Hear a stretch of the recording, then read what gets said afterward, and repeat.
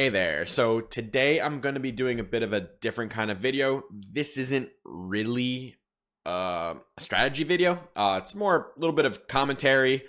Going to be talking about a lot of cards. There'll definitely be some like competitive stuff mixed into it. But yeah, I'm going to be talking about cards that push boundaries, cards that a lot of them are very powerful, but it's not just a power level sort of list. It's cards that do things that kind of push the rules, break the rules in some ways, cause problems, right? Powerful or problematic, kind of this wide umbrella of things. Before we get going, please hit that subscribe button if you haven't, and if you're looking for some more content from me, check out my Patreon. The link is in the description. All right, so goals here. Yeah, we're going to cover the most powerful and game-breaking interactions. Talk about cards that, like I said, break the rules, circumvent the rules in some way, and cards that like set limits, low limits, high limits, whatever it may be. This is not purely a power level list, and it is a for fun list. And yeah, so I'm gonna get right into it. Here we have at 14, I've put the two leaders, Emperor Palpatine and Sabine, kind of side by side. This is to me kind of a boundary. I feel like these leaders set what may be the like big leader power ceiling and the like aggro floor in some ways. They are both pretty generically powerful. Palpatine is not like some meta crusher right now. So this isn't about him being too good. It's just that he definitely appears to set some kind of like limit on how good a top end leader can be, right? He has a huge body, the most impactful when played effect, and built-in sustain for his hand. Whereas Sabine, on the other hand, is just essentially the best statted 4-cost leader in the game, right? She's kind of like a 3/5. It's like a 2/5 plus 1. Her ability is just literally making bases have less health, right? She's like effectively reducing total base health in the game by something like 3 to 5 in every game. And she has, right, the traits that support aggro, right? So just is kind of the floor, is the like entry point for what an aggro leader can look like, whereas Palpatine is kind of the entry point of what like a late game leader can look like. And so I wanted to include them here. Sabine is and has continued to be a dominating force in Star Wars Unlimited competitive games. Gameplay. Palpatine has guest appearances in that scene, but overall has not been like a major force, primarily because of Sabine being around. And at 13, we got Cherrett, and now this is not some meta crusher at all, but Cherrett definitely does something unfair and definitely breaks the rules in many ways. In a game built around a unit damage interaction, he says you can't do it this turn and gives you an opportunity to kind of undo all the work your opponent may have done into trying to defeat him. So I definitely see this leader as sort of like one that definitely pushes the game or pushes design in a certain way. He is a boundary pusher. He circumvents rules, or he kind of does all of these things. Now, I think he's pretty balanced. There's nothing. Maybe he won't be eventually, but like he has text on him that could at a certain point become very problematic if certain cards and certain support is given to him. But I think he's a cool design. Like I mentioned earlier, like this is not a list about like things that are too good. It's just a list about cards that push the game in a certain way, and I think Cherrett does that pretty well. All right, number 12, Boba Fett's Armor, a card we don't really see getting played anymore, but was kind of the bane of everyone's existence in the previous set cycle. And I said it similarly with Cherrett. This is a game about damage, right? Like the most interaction happens on board with units, and Boba Fett's Armor says you can't do that, right? Or at least you can't do it well, preventing 2 of every instance of damage that a unit, or actually any card, might deal. Makes defeating things incredibly incredibly difficult. On top of that, it was built for a leader that is no longer allowed to be played, although there is another Boba that you can play it with right now, and there will be a new one in the next set as well. But currently not seeing that much play, but since it also goes on leaders, and leaders already have built-in mechanisms to prevent a lot of interaction, like a lot of removal doesn't even work on leaders, bouncing effects don't work on leaders, and all of a sudden you've got this card that prevents the core interaction of the game, which is damage, and then also when played with a leader prevents almost all of the rest of that interaction. And you can see how a card like this may have created some really difficult game states to maneuver in the past, especially when the leader it was going on was already massive and kind of overstated. So hopefully when this new 6-cost leader Boba comes out, who, you know, his primary mode is probably going to be getting like smashed onto a vehicle, which means you won't be able to throw Bobas Fett's armor on it as well. We see that there is a 6-cost Boba right now and doesn't see much play with this card. So this might not end up like being the bane of anyone's existence anymore, but it certainly was, and it certainly could be. And in a similar vein here, I've put Shadowed Intentions. This is another card that kind of messes with a lot of interaction. Now, this is a pretty tame version of this kind of card because, first of all, it's very expensive, and it also does not say it prevents damage, right? So it's preventing all the other stuff, capture, defeat, and return to hand. So it does mess with a ton of interaction, but it leaves the main interaction of the game, which is damage, untouched. And as such, this card has not seen a ton of play because, again, it's very expensive. There's a card in the next set, the Chewbacca Pilot, which actually has a lot of this same text on it about not being able to be like captured, defeated, and returned to hand. It has some of that. I honestly don't remember everything that it has off the top of my head, but it also gives +3/+3 at the same cost. Now, that card, which again can only be you can only pilot onto a vehicle, but that particular card may do what Shadowed Intentions meant to do and just be way better at it. But it's definitely a card that messes with the rules of the game, messes with interaction pretty heavily, and that's why I wanted to include it here. All right, 10. You're My Only Hope makes this list. Free is broken. Like, free is notoriously broken, and of course this card can be broken at some point. Right now, the only time I ever see this card get played is with Yoda, because Yoda lets you, in a very action-intensive way, stack the top of your deck. And, you know, something costing 5 less, that's not the broken part. The broken part here, and, like, the thing that's potentially unfair or problematic even at some point, is the free part, where if there becomes a mechanism of you managing your health in a certain way so that you can get to your base having 5 or less reliably, and at the same time be able to stack the top of your deck with something like a Yoda ability or whatever else it may be, then this card can legitimately be a 1-card win combo. Already see this card, Endless Legions, existing, right? So like, this is the kind of thing that can become actually kind of oppressive. Like, if You're My Only Hope, it becomes incredibly if the free mode of it becomes incredibly consistent, then doing something broken like this, like every game I'm able to like tune my life to my base having 25 on it, and I can slam Endless Legions for whatever, 0 resources, we're at 7, but it doesn't matter because the card's free, and bam, like insta win. Then that would define a problematic interaction. It does not exist right now. I don't think this card is in any way, shape, or form like too good right now. But free is like a crazy text to put on cards, and we'll see something like that come up a little later too. All right, at 9 I've put Scanning Officer. This one's a little weird because it's not so much like pushing too many boundaries. I just think that the way that this card is, like, this card is what I call like a hate card. It's built to like check a particular mechanic. In this case, it's smuggle.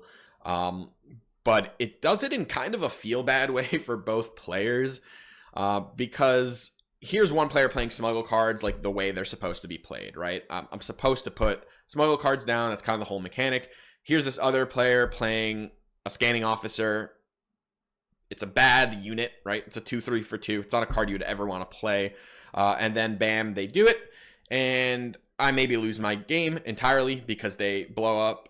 It's not even about blowing up resources. It's about exhausting them, right? That's the part of this that is kind of the rule circumventing thing. It's a very brute force way of checking a mechanic because it's not about the punish here is not that they're blowing up your cards. It's that they exhaust the new resources that come into play.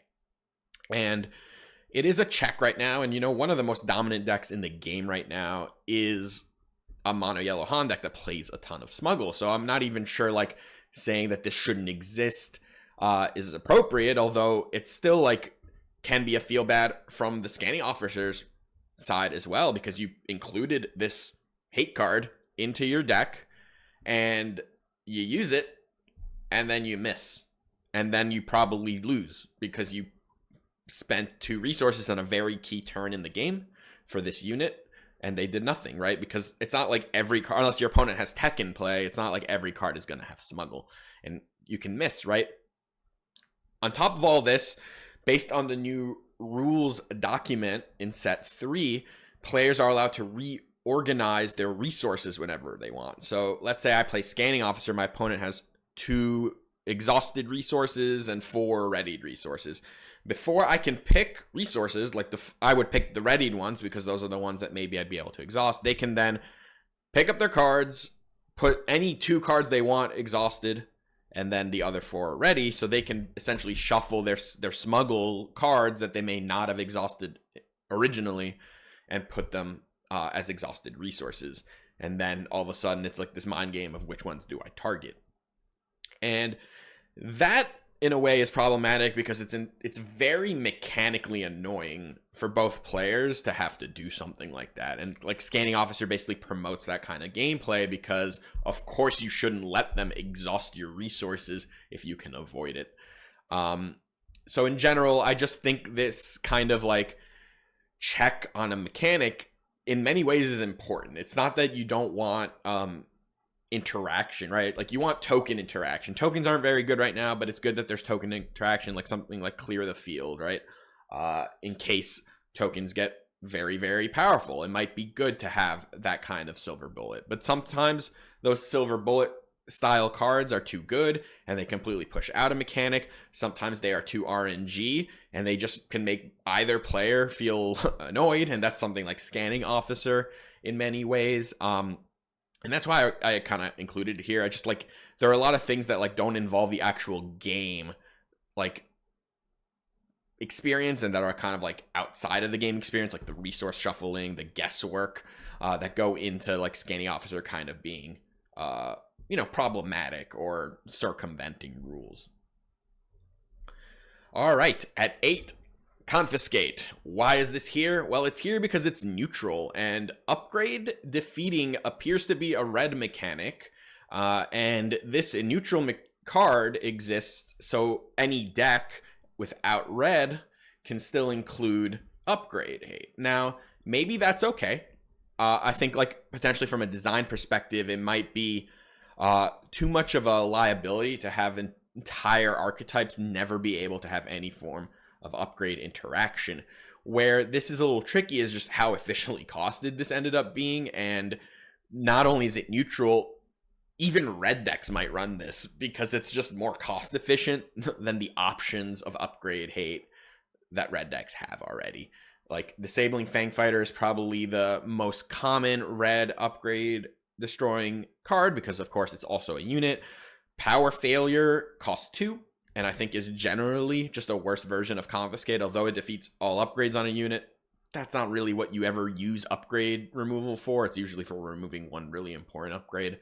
And then you also have a card like Aggression, which of course is a mono red card and is actually the best upgrade removal card in the game because it also doubles as like, and triples and quadruples as like a whole lot of other effects. But Confiscate is very efficiently costed and it's breaking like the color rules essentially, right? We have established mechanics for all the colors, and Confiscate certainly says nope. not true of upgrades. And one more thing. So I've put an image of Han Solo, the pilot, over here.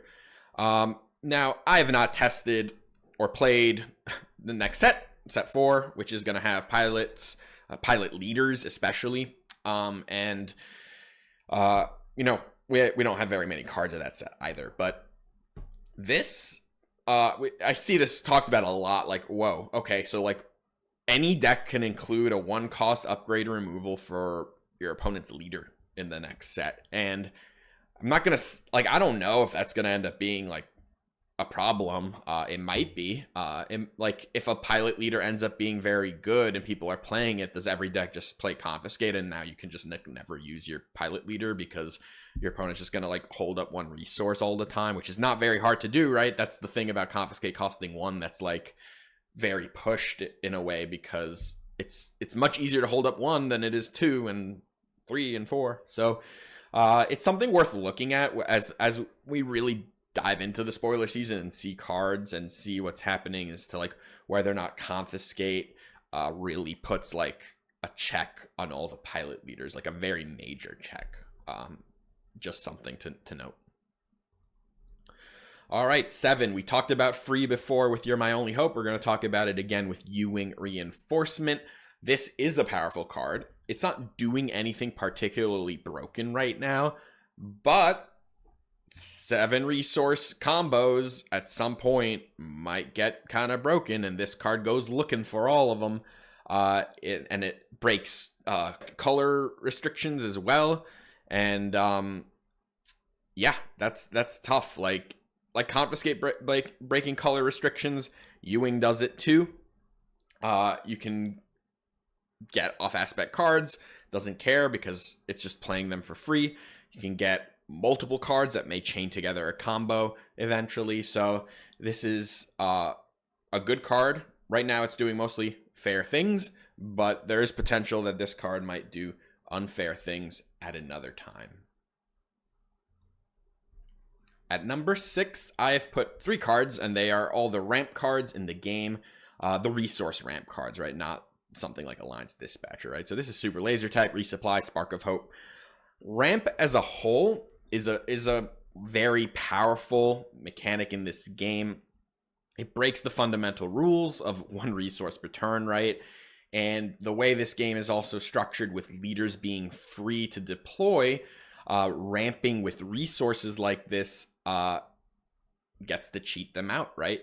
The leaders catch you back up in games that you may have fallen behind in by using your turn to ramp.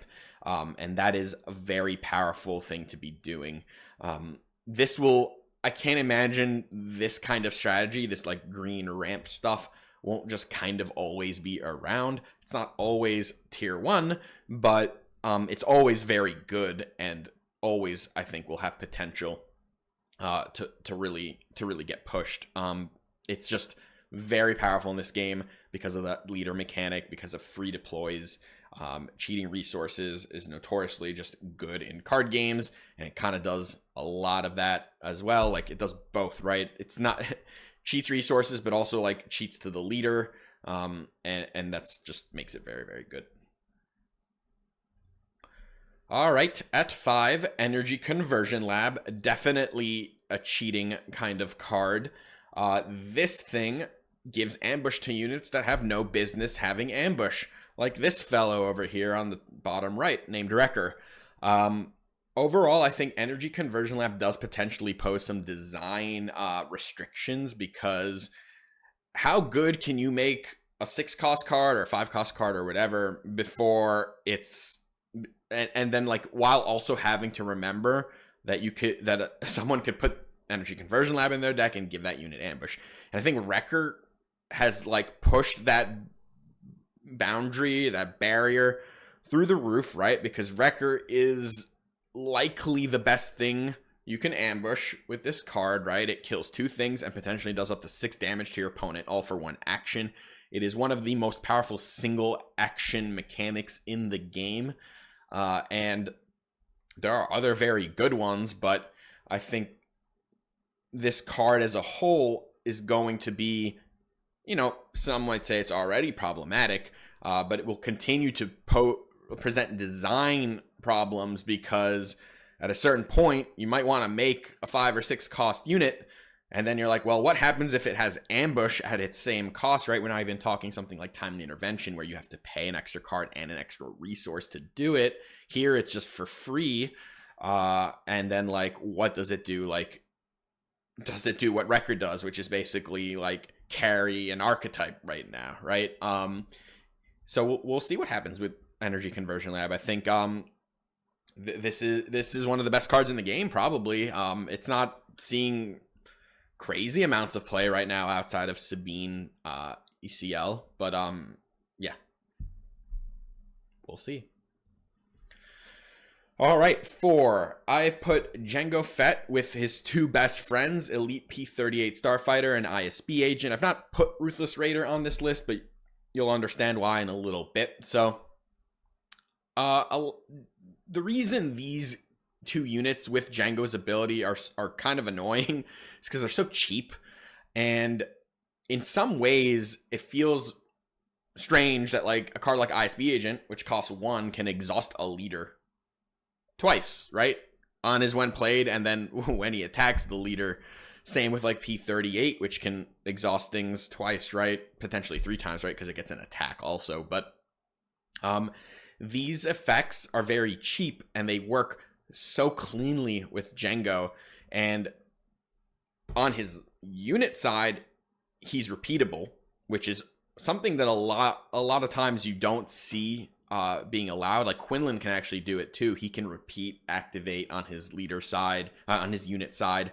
But Jango can do it, right? Getting repeat exhausts.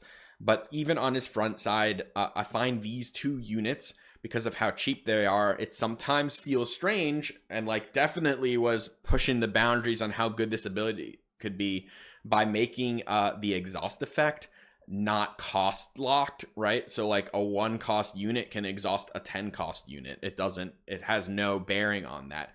And they are so repeatable, and they are such efficient cards that they make Jango's ability so incredibly powerful. So this is a case of like, these cards were very good and just work very, very cleanly with his ability. And he has so much redundancy with how many of these cards exist, right? I think I mentioned Ruthless Raider. Now, it's obviously incredible and probably the best card in the Jango deck. But I find the fact that it exhausts something that costs 5 a little less aggressive in the way it's designed, as opposed to something like ISB Agent, which he gets 2 activations of Jango for 1 cost, and it can be on anything. And same with like the P-38. So that's kind of why I include it here. Same with, and also because the repeatable nature of his effect when he is a unit, allowing you to just exhaust full board sometimes, or really put pressure on that way. And yep, that's why he's here. All right, at number 3, I've got Restock. Why do I have Restock? Well, I have Restock because Restock can do this. It can restock itself. It doesn't need, so the way, it's not like Restock's fault, right? It's the rules, right? The way, when you play a card, it goes into the discard pile and then you resolve its effect. Thus, Restock can see itself in its own discard pile and target itself with its own ability. That's a little strange, right? I think that takes a little bit to like understand why that's even possible. Like, you're playing a card, how can it target itself? But it's just the way like the rules are. It's just the mechanics of the game, right? But the part here that is the part that I find circumventing the rules in some way, or I guess it's not. It's part of the rules. But it's like pushing the rules, right? It's a little counterintuitive, let's say, and I think it makes it too simple to loop infinitely, right? And looping infinitely is a problem, and you only need 1 Restock to do that. I feel like you should need the other one. Like, I feel like you should have to target a different Restock before, like, that's, to me, makes more sense. But you can do that. You can also, because you don't have to pick 4 cards, you can also just pick it and 1 other card, and then you basically draw the same 2 cards, right? That's like that infinite loop at the end of the game that you can achieve. You can create it doesn't come up very often, obviously, but it is possible to do. And infinite loops are, by definition, I think, kind of broken. And that's why I've included Restock here. All right, at number 2, I've put Lurking TIE Fan. Now, I talked a card with similar text with Shadowed Intentions, right? Because that card basically turns something into a Lurking TIE minus the damage part. But we also talked about the damage being the fundamental way this game, you interact in this game. And Lurking TIE shuts damage interactions outside of combat, right? So that includes damage removal and other such damage-based effects that just aren't unit combat. So why is this problematic? Well, I think cards like this are usually pretty healthy. Like, it's not that it's bad that this exists, but it definitely checks interactive strategies quite heavily, right? Like, it's a very blunt force against interaction strategies that have to constantly think about it in the way they design a deck, have to be able to include cards that can directly beat this, right? And it's sometimes difficult, right? And sometimes you just don't draw that piece of interaction, and then this thing kills you very, very quickly. But that's mostly all okay. What I want to highlight is this stuff. So Lurking TIE kind of also incidentally bricks a leader, which is Cad Bane. It's going to also happen with the Boba Fett leader that comes out in the next set. Now, he says indirect damage, and indirect damage is not preventable. But from my understanding, at least currently as the rules are written, Lurking TIE doesn't actually prevent any damage. You just can't damage it. So it can still absorb all the indirect damage. And absorb is the key point here, right? So Lurking TIE says you can't be damaged by it, but it does feel a little strange that you can then choose to put all damage, like all self-selected damage, something like Cad Bane, which gives you agency, or the Boba Fett, which will give you agency. You can just like pour it onto this Lurking TIE, which, you know, at least thematically, this is a stealth ship. It's not a wall that is supposed to be absorbing all incoming fire. The reason you can't damage it is because you can't see it. But because of the way Cad Bane and Boba Fett are worded, with your opponent getting to choose, they can then throw all this damage on. And I think the fact that Lurking TIE kind of bricks, like, the reason Cad Bane has a bad matchup into Jango is almost entirely because of this card. It's just a very, very difficult card for a leader to deal with. And I think that's where this is pushing the boundary, is that it is making certain leaders way worse, right? It's not checking a deck strategy or cards that you've put in a deck. It's just checking whether or not you decided to queue up with a certain leader. And we may see that happen with the Boba Fett leader, that he will also have major problems dealing with Lurking TIE. I put Power of the Dark Side here too, because, you know, similarly, this can't be defeated, but then since you get to choose, you can choose to defeat it, but then it can't be defeated, right? It's a little strange when you like think about it out loud. I mean, it works within the confines of the rules established. It's just strange, I guess. All right, number 1, no surprise here. I think probably everyone, or maybe not everyone, most people probably expected a DJ to show up on this list, and this is definitely the most broken interaction in the game. It's no question. DJ being able, with Han, right? Like, it's not DJ specifically. This is a joint teamwork sort of endeavor that Han and DJ have gone on to make a really broken interaction, blowing up and ramping, blowing up one of your opponent's resources and ramping at the same time. This is not a combo. I hear the word all the time in regards to DJ. This is not a combo. It's one card. It's DJ, right? You don't need any other cards to make this happen. You just need to be playing Han. And I guess Han technically is a card, but it's not a card you ever have to draw. It's just a card you always have access to. You always have your leader. So this is not a combo. One card that works so perfectly with how Han is, regardless of like the fact that Han lets you blow up a resource you don't own that you can blow up the DJ. Like, it works so perfectly in Han because it's also a smuggle cost of 7. And Han, of course, lets you go from 5 to 7 on his flip turn. So that's very difficult. You have a leader with the built-in ramp to double ramp on a turn into a 7 cost card. And this guy sits around waiting to just completely end your opponent. And that is really tough. And this mechanic, of course, it can be checked, right? Like, you hold up removal sometimes, or you like if you're ahead on board, your opponent can't really try to do this interaction. But it's like, it's kind of this existential crisis that everyone has while they're playing this matchup, that they constantly have to respect this, because if you ever let one of your resources get stolen and blown up, you might lose the game on the spot, especially if you're playing a leader that can't come out before this. So think every leader that costs 6 or more, if you haven't ramped, you're coming out after Han, because Han comes out essentially as a 5 resource because of his ramp effect. So you see that there aren't very many expensive leaders getting played in general. There are a few 6s that get played, and of course Palpatine sometimes shows up, but it is still a game dominated by 4 and 5 cost leaders.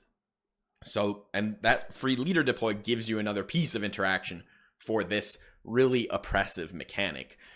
Is it unfair? Yes. This mechanic is unfair because it doesn't really require much of anything for the Han player. It's just incidental. This DJ doesn't even cost a card from their hand. It's played out of the smuggle row. So it doesn't even need to be the only thing they're trying to do. It's just, if it's available, they can do it and instantly win a lot of games. And of course, if you're talking like the meta game currently and like the way Han Solo, the deck is constructed, it also presents other 7 cost threats that require much different forms of interaction, right? They play like the Han Solo unit, sometimes something like Enfys Nest. These are big bombs, and like you are sometimes caught in between 2 worlds where like, okay, I can do something that might like prevent them from DJing me, but just loses to the Han, and vice versa. It's tough, right? And like DJ's just like sitting there in the resource row, not requiring any effort from the Han player in terms of his deck building or his resource management or like how he's playing his turn. He just like, oh, it's available. They have no answer. I Spark of Rebellion them the turn before, and they don't have any way of dealing with this. I have Kira in play and preventing interaction, right? It's like the hand, this color is already hand hate, so it already has built-in protection for quote unquote the combo, which is not a combo, as I said. But basically, it's not, I don't think it's bad that like really powerful interactions exist, but I definitely want to highlight how this particular interaction is much different from basically anything else in Star Wars Unlimited. I think Star Wars Unlimited is built a little more safe in a sense. Like there aren't a lot of things that like really break the game. A lot of cards have built-in safe checks. I've mentioned this in a video before, but even like weird cards like Mig's Mayfield, for instance, that says whenever you discard a card, deal 2 damage to something. But then it says once per turn, right? Like even a card like that was built cautiously so that you couldn't like machine gun an entire board by playing like Pillage and Force Throw in 1 turn, and then bam, you like did like 6 to 8 damage with Migs, right? Toro is another card that like could be broken, right? But it says once per turn. You can only ready him once per turn. So you can't just like hit for 3 bounty hunter, hit for 3 bounty hunter, hit for, like, you can't do that.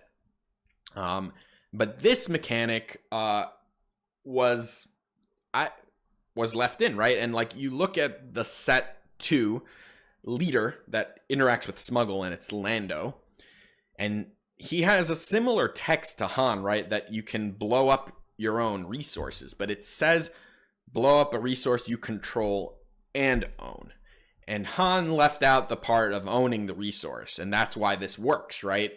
You don't own the resource you steal with DJ, you only control it, and Lando was designed with that safeguard in place. And DJ's actually still pretty good with Lando because you can always play it for 5, so you actually like have a guaranteed 5 cost DJ in that deck, if you're playing mono yellow Lando, that is. And even though you don't permanently get to blow up that resource, that can be really powerful.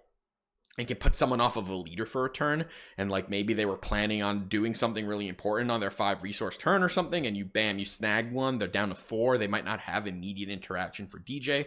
That could be great, but it's not permanent. And Han makes it permanent in 2 directions, right? Because you permanently ramp yourself, and you permanently de-ramp your opponent. This mechanic is the single most powerful mechanic or interaction in the game, I think. Like, the other one that I'd put up there would be like ECL and Wrecker, like as one card interactions.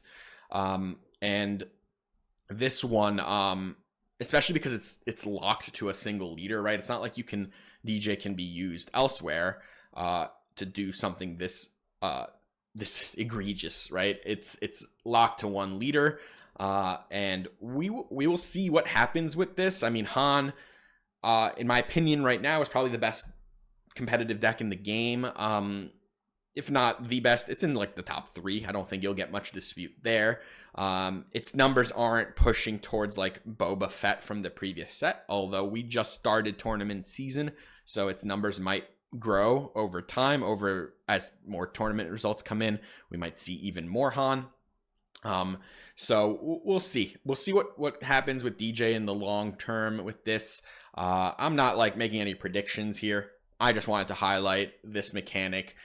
This was kind of like the capstone of this whole video, because all the other ones, I mean, not all the other ones, there's definitely like unfair things or things pushing boundaries and things trying to break rules in a certain way, but this does all of it. This is like a rule breaker that pushes boundaries.